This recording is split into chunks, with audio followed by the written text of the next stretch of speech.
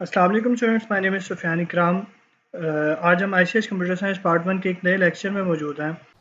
तो स्टूडेंट्स, पिछले 2 लेक्चर से हम एसडीएलसी पढ़ते आ रहे हैं और आज का लेक्चर भी एसडीएलसी के हवाले से ही है। तो जहां से हमने लास्ट स्टॉप किया था वहीं से आज कंटिन्यू करते हैं। स्टूडेंट्स, लास्ट लेक्चर में हमने सिस्टम के कंपोनेंट्स के बारे में देखा और एसडीएलसी के डिफरेंट फेजेस देखे और फिर उसके बाद हमने प्रिलिमिनरी इन्वेस्टिगेशन को डिटेल से पढ़ा, सिस्टम एनालिसिस को डिटेल से पढ़ा, डाटा गैदरिंग की टेक्निक्स को देखा। आज हमने जो फेज स्टार्ट करना है वो है डाटा एनालिसिस।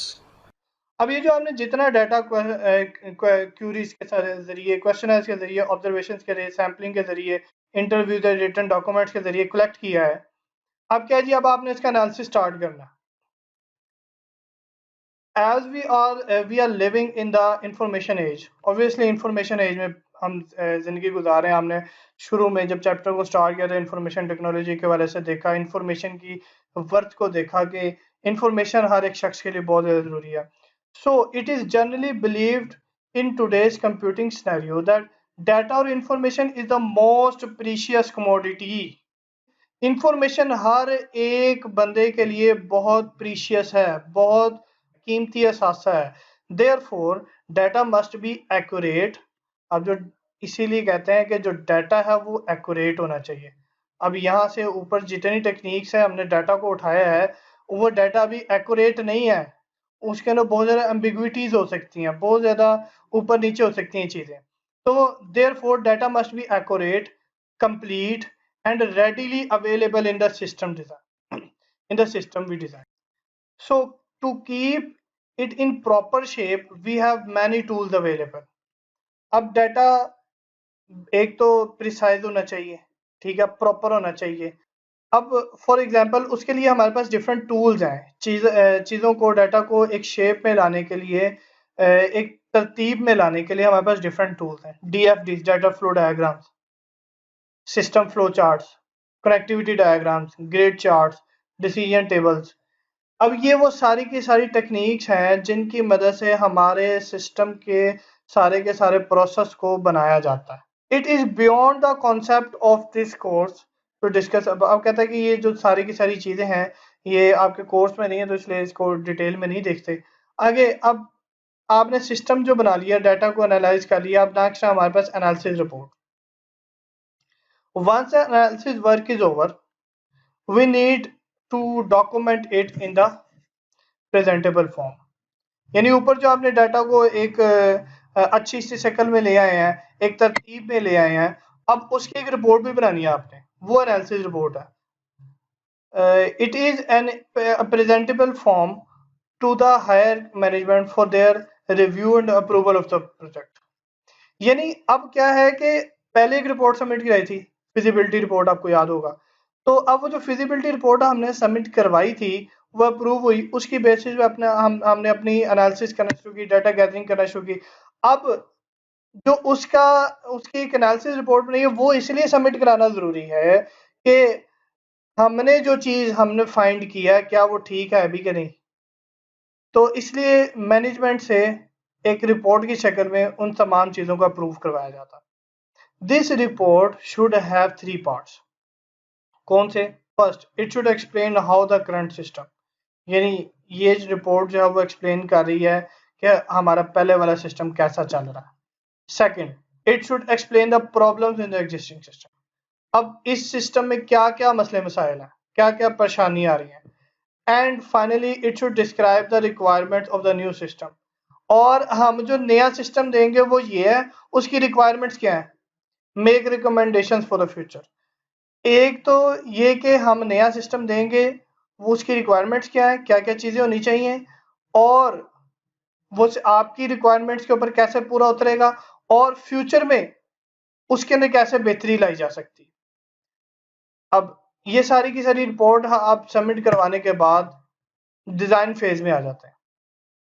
लेट्स से वो रिपोर्ट अप्रूव होने के बाद डिज़ाइन फेज में है, तो कहता है in this phase SDLC the analyst work on the preliminary logical and physical design, ठीक है, and then writes are detail report. अब चूंकि यहां से अप्रूवल हो गई है आपके पास, गो अहेड मिल गया है, तो अब आप अपनी रिक्वायरमेंट दे रहे हैं कि जनाब मैं जो सिस्टम दे रहा हूं उसके लिए मुझे ये चीज़ों की दरकार है, ठीक है। तो आप कहते हैं the logical design it describes the general functional capabilities of the process system.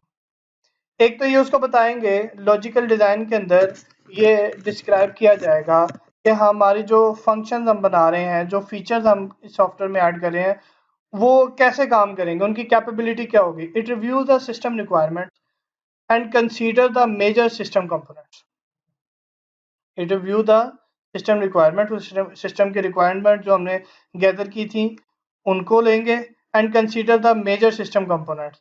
और हमारा हमने जो सिस्टम बनाया या बनाएंगे, ठीक है, उसके कंपोनेंट्स के साथ इसको मैच किया जाएगा कि उन रिक्वायरमेंट्स में हमारा सिस्टम पूरा उतर रहा है क्या नहीं उतर रहा। Case tools and project management software, different ये आगे नाम दिए हुए हैं प्रोजेक्ट मैनेजमेंट सॉफ्टवेयर के, may be use to accomplish this task. You will learn about these tools and software in the advance course. आगे जाके आप पढ़ेंगे इनके बारे में, ठीक है, ये कौन कौन से सॉफ्टवेयर हैं, क्या करते हैं क्या नहीं। तो बहरहाल अभी आपके लिए इतना समझना जरूरी है कि ये प्रोजेक्ट मैनेजमेंट सॉफ्टवेयर हैं, यानी हमारे प्रोजेक्ट को मैनेज करने में बड़ी हेल्प करते हैं। आगे physical design it describes how propose system will deliver the general capabilities. अब ये जो हमारा फिजिकल डिजाइन है इसके अंदर हमने बताना है कि हम जो ये लॉजिकल डिजाइन के अंदर जो चीजें हमने बताई हैं, डिफाइन करवाई हैं, ये कैसे इम्प्लीमेंट होंगी एक्चुअल में, ठीक है। ऊपर तो हवा में जो हमने तीर छोड़ने थे वो तो छोड़ दिए हैं, लेकिन अब यहाँ पे प्रैक्टिकल फॉर्म में हमने बताना फिजिकली कैसे काम होगा। It will address the following points. Output requirement, यानी हमारा जो सिस्टम है उसकी आउटपुट रिक्वायरमेंट क्या है। फार्मेसी की एग्जांपल लें तो हमारा वो सिस्टम क्या कर रहा है, हमें बिल निकलना चाहिए, हमारे सिस्टम से बिल निकलना चाहिए। इनपुट रिक्वायरमेंट, हम जनाब जी कंप्यूटर के अंदर इनपुट क्या करेंगे, सिस्टम के अंदर हम जनाब क्या इनपुट करेंगे, हर एक मेडिसिन के ऊपर एक कोड लिखा होगा, हम वो कोड एंटर करेंगे और क्वांटिटी एंटर करेंगे, ठीक है, सिस्टम के अंदर। स्टोरेज रिक्वायरमेंट, कि हमारा जो डाटा है वो कैसे स्टोर होगा। प्रोसेसिंग रिक्वायरमेंट, वो कैसे प्रोसेस होगा। And system control and backup and recovery, यानी गर्ज की ये तमाम फिजिकल काम, ये जो लॉजिकल डिजाइन है इसमें तो ज्यादा प्रोसेसिंग का काम आ जाता है ना, ठीक है। यहाँ पे हमारे पास इनपुट्स आउटपुट्स और ये सारी की सारी चीजें डिस्कस होती है और इसकी एक डिटेल रिपोर्ट फिर बनती है। A detailed report on the logical and physical design is to be submitted to the higher management along with the some sort of presentations explaining them the detailed purpose of the system. अब जनाब coding के process में आ गए। अब coding के process में क्या है, this is the core area, यानी बड़ा मेन एरिया है, ठीक है, बैकबोन है पूरी एसडीएलसी की। हम सारा का सारा ऊपर जो पेपर वर्क कर रहे हैं वो इसी के लिए तो कर रहे हैं। Core area of system development process क्या होता है, ये इसमें एक्चुअली हम इंस्ट्रक्शंस लिखना शुरू करते हैं, कंप्यूटर के आगे बैठ जाते हैं और कोडिंग करना स्टार्ट करते हैं, प्रोग्राम लिखना स्टार्ट करते हैं, सॉफ्टवेयर बनाना स्टार्ट करते हैं। In consist of writing the segments and programs, ठीक है, which will coupled together, coupled मतलब एक साथ जोड़े जाते हैं। अब हमारे पास होता कुछ हुआ है कि कोई भी एक जो सिस्टम है वो डिफरेंट पार्ट्स में भी बनाया जा सकता है। उससे ये फायदा होता है कि ज्यादा बंदे जो है ना वो आपकी हेल्प कर सकते हैं। यानी एक मिसाल है कि मैं अगर फार्मेसी की बात करें तो फार्मेसी में मैंने आपको बताया था कितने सारे सिस्टम है, क्या कि बिलिंग का सिस्टम था, ठीक है, एम्प्लॉयज की सैलरी वगैरह कैलकुलेट करने के लिए एक अलहदा मॉड्यूल था या अलहदा सेगमेंट कह सकते हैं, एम्प्लॉयज की अटेंडेंस को कैलकुलेट मैनेज करने के लिए एक अलहदा सेगमेंट था, ठीक है। अब ये डिफरेंट सेगमेंट से डिफरेंट क्या कहते हैं मॉड्यूल्स से, ठीक है, उन मॉड्यूल्स को फिर कपल्ड टुगेदर एक साथ जोड़ा जाता है in the shape of complete system, फिर एक कंप्लीट सिस्टम डेवलप होता है। It needs a lot of time, effort, budget to acquire a workable system. Obviously, efforts भी चाहिए, time भी चाहिए, budget भी चाहिए. The program specification, algorithms, flow charts are given to the programmers. अब ये कहाँ पे बने हैं, ये हमने जनाब ये जो लॉजिकल डिजाइन है जिसके अंदर हम बता रहे थे कि हमारे सारे के सारे फंक्शंस की कैपेबिलिटीज क्या होंगी, उसके अंदर हमने ये चीजें जो है ना वो बनाई हैं। एल्गोरिदम्स एल्गोरिदम्स आपको पता होना चाहिए कि किसी प्रॉब्लम को सॉल्व करने के प्रोसेस को एल्गोरिदम कहते हैं। फ्लो चार्ट जो है वो किसी भी प्रॉब्लम के सॉल्यूशन को पिक्टोरियल वे में रिप्रेजेंट करने के प्रोसेस को फ्लो चार्ट कहते हैं। तो अब ये प्रोग्रामर्स को दे दिए जाते हैं, ठीक है। और प्रोग्रामर जो है अब क्या करते हैं, इन एल्गोरिदम्स के ऊपर अपना कोड लिखना स्टार्ट कर देते हैं। ऑफ द शेल्फ कंपोनेंट्स यानी already written programs can be used embedded in the system for the time to save. मतलब क्या है कि ऐसे भी हो सकता है कि बहुत सारी चीजें ऐसी हो सकती हैं जो कि पहले से कोड की हुई हैं, पहले से लिखी हुई चीजें हैं, ठीक है। आपने क्या करना, आप अपने सिस्टम में उन कोडिंग की हुई चीजों को भी इस्तेमाल कर सकते हैं। क्यों? टाइम वेस्टेज से बचने के, ठीक है। तो इसी तरह नेक्स्ट हमारे पास है, अब यहाँ पे सारी की सारी एफर्ट्स पुट ऑन करके, टाइम पुट ऑन करके, बजट एक्वायर करके, कोडिंग करके हमने सॉफ्टवेयर तैयार कर लिया। अब क्या है जी, अब टेस्टिंग का फेज है। Having proper hardware acquired, the program can be tested in 2 stages. पता है ना आपको कि हमने अभी देखा कि हम प्रोग्राम को सेगमेंट्स में या प्रोग्राम में डिफरेंट तरीकों से बनाते हैं। अब टेस्टिंग भी 2 तरीकों से होती है। यूनिट टेस्टिंग यानी हमारे पास प्रोग्राम जो है वो डिफरेंट मॉड्यूल डिफरेंट सेगमेंट्स की शक्ल में था, हर एक एक सेगमेंट को अलग अलग चेक करना है। यानी एक मिसाल है कि बिलिंग सिस्टम को अलग चेक कर लो, यानी या फिर एम्प्लॉयज की सैलरी सही कैलकुलेट हो रही है कि नहीं, उस सारे के सारे सिस्टम को अलग चेक करना, इसको कहते हैं unit testing. It is also called modular testing, यानी ये डिफरेंट मॉड्यूल्स हैं, तो एक मॉड्यूल को टेस्ट करने का मतलब modular testing. Modular testing where individual modules programs can be tested, ठीक है। और उसके बाद आता है सिस्टम टेस्टिंग। सिस्टम टेस्टिंग के अंदर ये सारे के सारे मॉड्यूल्स और सेगमेंट्स और प्रोग्राम सारे के सारे एक साथ जोड़ के टेस्ट किए जाते हैं। समटाइम्स होता है ऐसे कि सेगमेंट इटसेल्फ अच्छा काम कर रहा होता है, कोई प्रोग्राम इटसेल्फ अच्छा काम कर रहा होता है, लेकिन जब वो इंटायर सिस्टम के साथ जुड़ता है तो प्रॉब्लम्स आना शुरू हो जाते हैं, ठीक है। तो 2 तरीके से टेस्टिंग होती है, यूनिट टेस्टिंग और system testing. In this part of the modules are linked together, सारे के सारे मॉड्यूल्स एक दूसरे के साथ जोड़े जाते हैं तो test their workability as a one system, ताकि और उनके काम को चेक करने के लिए कि वो एक सिस्टम की शक्ल में किस तरीके से काम कर रहे हैं। एक्चुअल डाटा में be used to do some system testing and at same time erroneous data can be also be used to check the whether the system fails or not। यानी एक तो ये कि हम टेस्टिंग डाटा देते हैं computer को, इसके अलावा कुछ ऐसा डाटा भी देते हैं जो एरर वाला हो। तो नेली फॉर एग्जांपल कोई फील्ड ऐसी थी जहां पे आपने अपना नाम लिखना था, नाम लिखी जगह नंबर लिख देते हैं, यानी गलत डाटा देते हैं। सही डाटा दे के भी सिस्टम को चेक किया जाता है, गलत डाटा दे के भी सिस्टम को चेक किया जाता है कि कहीं गलत डाटा देने से कोई सिस्टम खराब तो नहीं हो जाता, कहीं भी फ्लॉ तो नहीं आ जाता, फेल तो नहीं हो जाता हमारा का सारा system. If the system passes all the test, ये सारे के सारे टेस्ट पास कर लेता है, we implement the system on the server. ले जनाब सिस्टम तैयार है, इसको ले जाके सर्वर पे डिप्लॉय करते हैं। So the organization and the clients can use it, ताकि सारे इसको इस्तेमाल कर सकें। तो इम्प्लीमेंटेशन, अब ये जो इम्प्लीमेंटेशन का प्रोसेस है ये क्या है? क्या this activity consist of transferring hardware software data files everything to the new working environment, ठीक है। अब यानी जहां के लिए आपने सिस्टम बनाया वहां पे जाके लगा दो, फार्मेसी में जाके आप सिस्टम लगा दो ताकि लोग उसका इस्तेमाल करना शुरू करें। Users of the system are also trained in this phase. अब सारी बात है, इम्प्लीमेंटेशन के फेज के अंदर एक नया सिस्टम के लिए सारों को ट्रेनिंग भी देनी पड़ेगी, बताना पड़ेगा भाई बिल कैसे निकालना है, डाटा कैसे एंटर करना है। इम्प्लीमेंटेशन में भी अचीव 5 अप्रोचेस। अब डाटा को इम्प्लीमेंट करने के लिए 5 अप्रोचेज है, यानी आप इनमें से कोई एक अप्रोच सिलेक्ट करते हैं, ठीक है। एक है डायरेक्ट इम्प्लीमेंटेशन। डायरेक्ट इम्प्लीमेंटेशन क्या है? गए, पिछला सिस्टम सारा का सारा हटाया, नया लगाया, चलो जी काम start. In this way user start the new system right away and stop the old one, पुराना रोका नया स्टार्ट कर दिया। पैरेलल इम्प्लीमेंटेशन, पैरेलल का मतलब दो चीजें साथ साथ चल रहा, ठीक है। तो इसमें क्या होता है कि पुराना सिस्टम अब एग्जिस्ट कर रहा है, नया भी लगा दिया है, कुछ अर्सा दोनों को एक साथ लेके चलते हैं, और फिर क्या होता है कि जब हमें नए सिस्टम की समझ आए तो पुराना फिर छोड़ देते हैं। तो कहता है using this approach the new and the old systems are side by side used side by side until it felt that the new system is quite reliable. ठीक है, एक तो ये कि हमें नया सिस्टम समझ आ गया रिलायबल है कि नहीं है, ये सारी की सारी बातें पता चल जाए तो नया सिस्टम इस्तेमाल कर लें। इससे क्या होगा, पुराना डाटा लॉस नहीं होगा हमारे पास।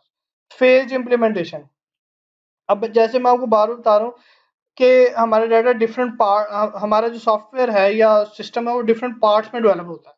अब फेज इम्प्लीमेंटेशन के अंदर क्या होता है कि हमारे फेज बाय फेज, यानी पहले थोड़ा सा सिस्टम इम्प्लीमेंट हुआ, फिर कुछ अर्से के बाद मजीद सिस्टम इम्प्लीमेंट हुआ, यानी फेज बाय फेज किस्तों में सिस्टम का इम्प्लीमेंटेशन।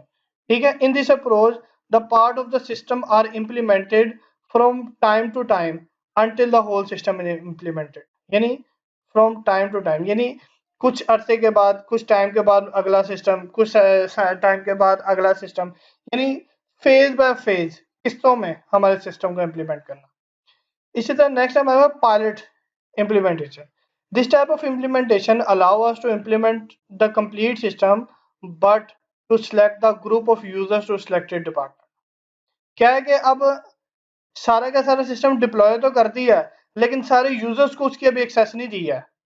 हमने हर डिपार्टमेंट से एक एक दो दो तीन तीन बंदे लिए हैं और उनको जनाब सिस्टम सिखाना शुरू कर दिया।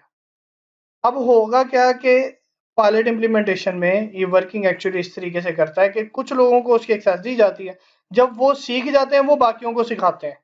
ठीक है, ये पायलट इम्प्लीमेंटेशन है, यानी सारा का सारा सिस्टम डिप्लॉय तो कर दिया जाता है लेकिन उसकी एक्सेस चंद एक सिलेक्टेड ग्रुप ऑफ यूजर्स को दी जाती है। अब नेक्स्ट हमारे पास यूजर ट्रेनिंग। ठीक है, involving a user in the SDLC process from the beginning and ensuring their proper training is very much essential throughout the system design activity। बहुत ज़्यादा important है यूज़र की ट्रेनिंग, और उनको पता होना चाहिए क्या सिस्टम SDLC क्या प्रोसेस इस्तेमाल हुआ। ठीक है, हमारे यूज़र की हमारे यूज़र जो हैं वो उनको सब पता होना चाहिए कि बिगिनिंग से लेके एंडिंग तक क्या क्या प्रोसीजर इस्तेमाल किया गया है, और उसे हम यूज़र को ट्रेन कर पाते हैं कि सिस्टम बना इस तरीके से, आपने इस्तेमाल इस तरीके से करना है। ठीक है, अब variety of methods and tools are used to do. अब वो क्या है, इंस्ट्रक्शन मैनुअल दी जा सकती हैं यूजर को कैसे कैसे ट्रेन करना है। इंस्ट्रक्शन मैनुअल दिए जा सकते हैं, जैसे आप नई फ्रिज लेके आए, फ्रिज को कैसे इस्तेमाल करना है वहां पे सारा लिखा होगा। ठीक है, इंस्ट्रक्शन मैनुअल के लिए। इसी तरह हम अपने सॉफ्टवेयर के वाले से भी डाटा कहाँ पे इनपुट करना है, यहाँ पे क्या इनपुट करना है, ये सारी की सारी चीजें जो है वो इंस्ट्रक्शन मैनुअल में लिखी होती हैं। तो हम इंस्ट्रक्शन मैनुअल दे सकते हैं, वीडियो टेप्स दे सकते हैं, जैसे ये लेक्चर में वीडियो रिकॉर्ड करके आपको भेज रहा हूँ। ठीक है, ट्रेनिंग में बी कंडक्टेड इन हाउस और इट में be conducted in contracted out, यानी मतलब ट्रेनिंग्स भी दी जा सकती हैं। ठीक है, डिफरेंट टेक्निक्स हैं उसकी, इन हाउस टेक्निक्स हैं, कॉन्ट्रैक्टेड आउट हैं, डिफरेंट लोगों को बुला के उन्हें कहा जाता है कि यार इन लोगों को समझाओ कि किस तरीके से सिस्टम को इस्तेमाल करना है। अब ये एक बॉक्स यहाँ पे लिखा हुआ है, इसके अंदर नॉर्मली अक्सर इंपॉर्टेंट चीजें लिखी होती हैं। Comment in general the pilot and the phase implementation are most favourited and popular approaches in the implementation system. कौन कौन क्या जी, फेवरेट और पॉपुलर कौन सी हैं, पायलट एंड फेज्ड इम्प्लीमेंटेशन। ठीक है, ये दो ऐसी अप्रोचेज हैं जो कि ज्यादा अच्छी समझी जाती हैं। Phased approach is preferable in the organizations where different types of functions are carried out. उन ऑर्गेनाइजेशन के लिए जहाँ पे बहुत ज़्यादा काम परफॉर्म हो रहा होता है, बहुत सिस्टम बहुत बड़ा होता है और बहुत ज़्यादा उसके मॉड्यूल्स होते हैं, तो वहाँ पे फेज इम्प्लीमेंटेशन बेहतर होती है। और pilot approach is preferable where the almost some type of work is going on in the organization, यानी किसी भी जगह पे आपने थोड़ा सा काम करना हो तो वहाँ पे पायलट इम्प्लीमेंटेशन को जो है वो बेहतर समझा जाता है। नेक्स्ट है हमारे पास मेंटेनेंस का process. The last phase adjust and improve the system by considering the user's evaluation feedback as enhancements based on their due recommendations। यानी यूजर्स की रिकमेंडेशंस पे उनका जो फीडबैक आता है या उनका जो वैल्यूएशन होती है उसकी बेसिस पे आप अपने सिस्टम को मजीद बेहतर करते रहते हैं मेंटेनेंस के प्रोसेस में। In this phase, due maintenance and the help also provided to the users against their queries and problems या ambiguities. यानी किसी को कोई मसला आ रहा है सिस्टम के हवाले से, तो मेंटेनेंस के प्रोसेस के अंदर इस सिस्टम को बेहतर बनाने के लिए उन लोगों को उनकी प्रॉब्लम्स को उनके क्यूरीज को जो है वो हल भी किया जाता। अब ये हमारा SDLC का प्रोसेस है। पेपर पॉइंट ऑफ व्यू से अगर बात की जाए तो इसके अंदर से शॉर्ट क्वेश्चंस लाजमी है। इसमें से एक शॉर्ट क्वेश्चन 90% चांसेस होते हैं एक शॉर्ट क्वेश्चन आ जाए। ठीक है, अब वो शॉर्ट क्वेश्चंस क्या हो सकते हैं? वो शॉर्ट क्वेश्चन हो सकते हैं प्रीलिमिनरी इन्वेस्टिगेशन के अंदर क्या क्या काम होता है, आप बताएं, सिस्टम आइडेंटिफिकेशन होती है, सिस्टम स्कोप होता है, अल्टरनेटिव सॉल्यूशन बताया जाता है and so on. Feasibility report के वाले से क्वेश्चन आ सकता है। ठीक है, आपसे पूछा जा सकता है what is the system analysis process. Data gathering की टेक्निक्स का सवाल अक्सर आता है, बहुत इंपॉर्टेंट है। डाटा गैदरिंग टेक्निक कौन सी है? Written documents, interviews, questionnaires, observation, sampling, ये इसका आंसर है, सिंपल सा। इसी तरह हमारे पास जो क्वेश्चन आता है वो what is logical design phase. इसी तरह नेक्स्ट हमारे पास टेस्टिंग, टेस्टिंग के बारे में क्वेश्चन है, what is unit testing, what is system testing. ठीक है, इंडिविजुअली इनका क्वेश्चन शॉर्ट क्वेश्चन आ जाता है। ये बड़ा इंपॉर्टेंट सवाल है, ये अक्सर आता है। User training, why user training is important. और यूजर्स को सिखाओगे इस्तेमाल करना तो इनको समझ आएगी ना सिस्टम कैसे इस्तेमाल करना है। तो user training is very important. ठीक है, तो ये यूजर ट्रेनिंग का और ये यूनिट टेस्टिंग और सिस्टम टेस्टिंग, इसके अलावा ये जो आपके पास डाटा गैदरिंग टेक्निक्स हैं, ठीक है, और फिजिबिलिटी, ये चार सवाल तो सबसे इंपॉर्टेंट है इसके अंदर से शॉर्ट क्वेश्चन के हवाले से। Thank you very much students. Lecture के हवाले से कोई भी इशू कमेंट सेक्शन में लिख के ज़रूर बताइएगा। अपना और अपने इर्द गिर्द वालों का ख्याल रखिएगा और मेरे यानी सुफियान इकराम का सलाम पहुँचाइएगा। अल्लाह हाफ़िज़।